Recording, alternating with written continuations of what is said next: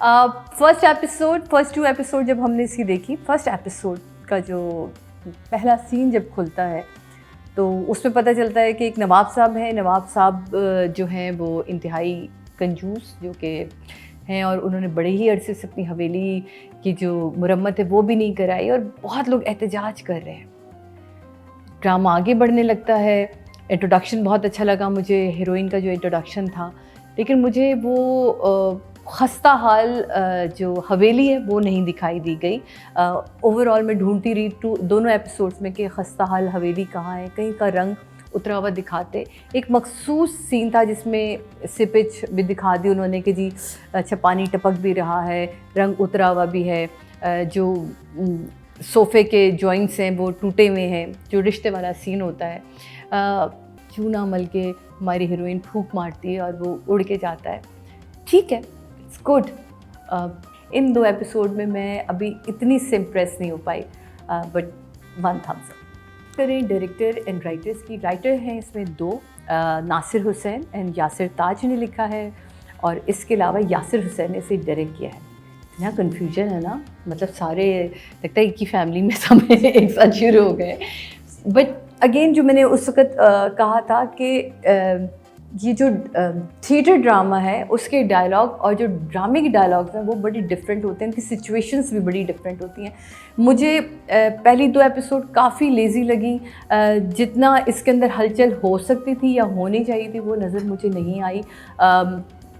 मतलब मुझे कुछ सीन बहुत ड्रैग लगे, मुझे ओवर एक्टिंग लगी। जैसे जो हमारे मेन कैरेक्टर्स हैं, अब्बा जो बने हुए नवाब साहब जो हैं, उनकी मुझे कुछ सीनों में बहुत ओवर एक्टिंग लगी। बहुत आप जनाब, मैं ओके ऑफ कोर्स आप नवाब हैं, आप ये वाली बातें कर सकते हैं, लेकिन Salma you are too good. Salma बहुत अच्छा काम करती हैं, कैरेक्टर में रहती हैं, कैरेक्टर को पकड़ के रखती हैं। यासिर, मुझे आपसे बहुत ज़्यादा उम्मीद है because you are such a good writer and director. अभी बहुत कुछ देखने को नहीं मिला, तो मेरे हिसाब से राइटर दोनों के लिए जनाब आपने बहुत ज़्यादा कुछ धमाका नहीं मुझे दिया, तो मैं I am so sorry. Writers के लिए 6 है। वेलकम यासिर, आप अच्छा काम करेंगे इंशाल्लाह। मुझे बहुत ब्राइट लाइट लग रही है, वो भी अच्छी बात है। एक हल्के मूड का आपने प्ले रखा है, तो उसमें आपने बहुत ज़्यादा लाइट्स के साथ खेलने की कोशिश नहीं की, इवन लाइट पे आपने काम किया है। ये बहुत दिल बड़ा करके दे रही हूँ क्योंकि मैं वेलकम करना चाह रही हूँ आपको, वरना मुझे इन 2 एपिसोड में कोई सीन ऐसा नहीं था जिसमें मैं कहूँगी वाह क्या बात है, बट फिर भी नो 8 ज़्यादा है, 7। तो जी अब टोटल वोट ऑडियंस की तरफ चलते हैं। ठीक है, ऑडियंस क्या वोट दे रही है इस ड्रामे को, क्योंकि जजेस के बारे में तो आप कुछ भी कह सकते हैं, लेकिन ऑडियंस को आप क्या कहेंगे, क्योंकि वो तो खुल के अपनी राय का इजहार करते हैं। टोटल वोट जो कास्ट हुए हैं 20,200 हुए हैं राइटिंग कैटेगरी में, और पैराडाइज के हिस्से में आए हैं 2022, 10% बनते हैं, 1 पॉइंट इनको मिला है। और अगर डायरेक्शन की बात कीजिए तो टोटल वोट कास्ट हुए 19,500 और पैराडाइज को मिले हैं 1,412, 7% बनते हैं, 0.7 इनको मिले हैं। तो जी ये ऑडियंस की तरफ से जिसे मैं कहूँ कि लोएस्ट हैं, और ये ड्रामा जितना हम सोचे थे वैसे जगह नहीं बना पाया। अब बात करेंगे उस कास्ट की जो कि लीड में है, और इस में तो क्योंकि शुजा की एंट्री नहीं हुई तो रेहान शेख साहब थे और साथ में इकरा, तो इन दोनों पे नादिया बात कर लेते हैं। लाइंस तो अच्छी थी, रेहान शेख पार्ट भी अपना अच्छा कर रहे हैं, बस वही बात थी कि बैकग्राउंड आपको सपोर्ट नहीं कर रहा आपके हालात को, तो वो कन्विंसिंग नहीं लगता। बट अदरवाइज़ वो लाइंस और एक्टिंग उनकी ठीक है। इकरा की बड़ी एनर्जी है, लेकिन वो कंजूस गरीब नवाब की नहीं लग रही बेटी। प्रेस नहीं किया अभी तक जिस ड्रामे में, जो तरह करते हैं ना ड्रामाज में, इनका इतना अच्छा काम मैंने देखा हुआ है, वैसा काम अभी नज़र नहीं आ रहा। आई एम होपिंग कि अगले कुछ एपिसोड से चीज़ें बेहतर होगी। अभी के लिए I will give them a 6 for both of them. Meena ji, I think Rehan Shaikh को लास्ट हमने देखा था ज़रपत्तों के बन में, and what a character that was, right?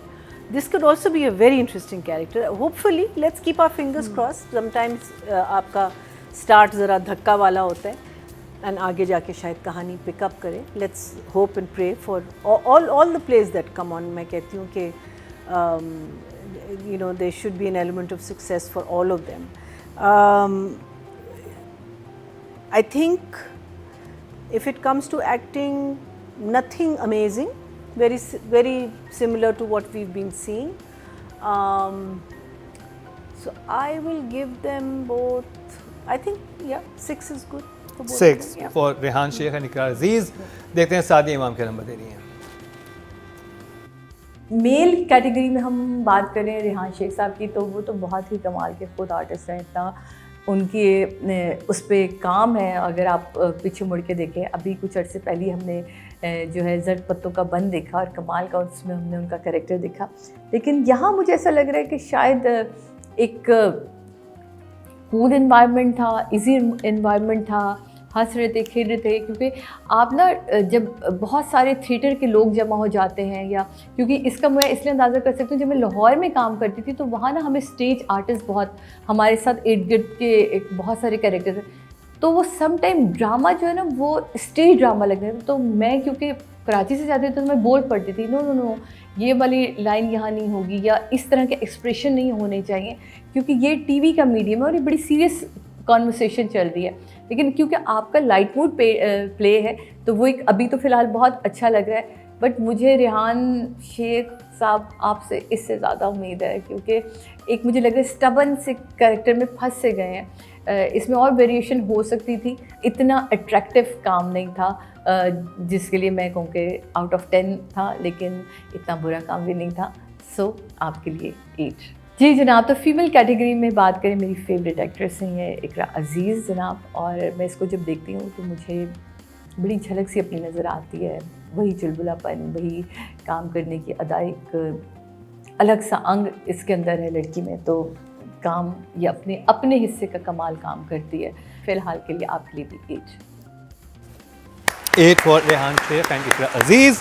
ये सादिया इमाम की गारंटीड अगर सादिया इधर होती और वो हमारे साथ रिव्यू कर रही होती तो ये नंबर्स और ये रिव्यू डिफरेंट होता। तो इसका मतलब इन्फ्लुएंस होते हैं आप लोग दूसरे से? नहीं, इन्फ्लुएंस नहीं होते कि एक आपको कुछ चीज़ें जो आप मिस कर जाते हैं ना, दूसरा जज जब बात करता है ना तो आपको वो उससे आपको डिसीजन मेकिंग में फ़ायदा होता है। It's actually good for you. और मुझे इकरा वो सॉरी ये इट हेल्प्स। सादिया इमाम की एक बात जो वो कहना चाह रही थी, मैं उसकी एग्जांपल देता हूँ। वो किस चीज़ पे कह रही थी? आपने देखा जो कज़न का कैरेक्टर था जो हारमोनियम बैठा हुआ होता है, वो नवाब उर्दू स्पीकिंग फैमिली, वो अचानक पंजाबी में एक जुगत मार देता है तो आउट ऑफ कैरेक्टर चला जाता है। तो वो उसको कहती थी कि ये थिएटर का स्टाइल होता है।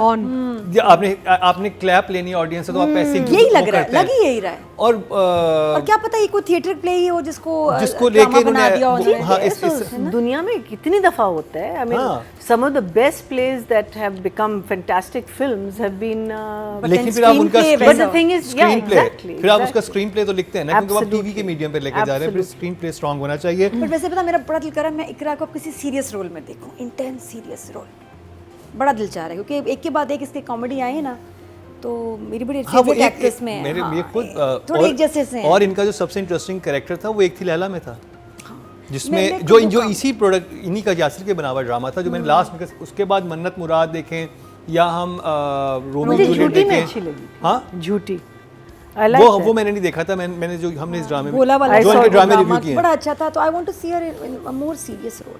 तो जी ये कंप्लीट हुआ ड्रामा सीरियल पैराडाइज का रिव्यू।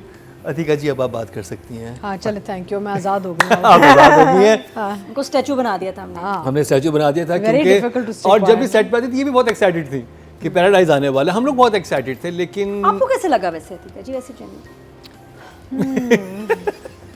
नहीं कहा। I mean, I can. generally If you want, I can. चले we want। तो मेरा तो यासिर से एक्सपेक्टेशन हमेशा बहुत होती है, because Ek Thi Laila was fantastic. I feel यहाँ पे थोड़ा सा एक light hearted humour type element था, that's being wasted by very loose direction and editing. तो एडिटिंग भी ना बहुत मुझे थोड़ा सा प्रॉब्लम। अच्छा, ऑडियो के भी मुझे मसले नज़र आए। तो मैंने यासिर को मैसेज किया, मैं कहा यासिर प्लीज़ एडिट पे चेक करें क्या हो रहा है। तो एक तो मुझे थोड़ा स्लो लग रहा है, ऊपर से ऑडियो के बहुत प्रॉब्लम्स हैं, बिकॉज कहीं आवाज़ क्लियर है कहीं नहीं है। एंड इन्होंने मेहनत बहुत की है, ऑब्वियसली मेहनत तो सभी करते हैं, बट इन बच्चों ने तो बहुत इसमें मेहनत की थी। एक्साइटेड है। आई हैव अ फीलिंग आगे जाके शायद और ट्रैक्स अभी आएंगे तो then it might pick up pace. Because it's a very good script बहुत अच्छी थी. तो अतिका जी मेरा सिर्फ सवाल ये है कि ये जो एक घर का जो हमें बहुत ज़्यादा Agreed. है आप इससे Agreed. कि ये अगर वो घर मुख्तलिफ होता तो शायद हमारे नंबर बहुत मुख्तलिफ होते. हाँ, वो absolutely. घर बुरे हालात में लग ही नहीं रहा. लग ही नहीं रहा, वो लग रहा है नया कलर हुआ हुआ, पैनलिंग हुई हुई है वॉल्स पे. हाँ नहीं एंड वो भी मैं ओपनिंग में मैं देख रही थी जब नवाब साहब छत पे थे और वहाँ पे वो झाड़ियाँ वाड़ियाँ रखी हुई थी. It didn't look natural. Yeah. It looked like they were trying to make it look, you know, like a worn out place.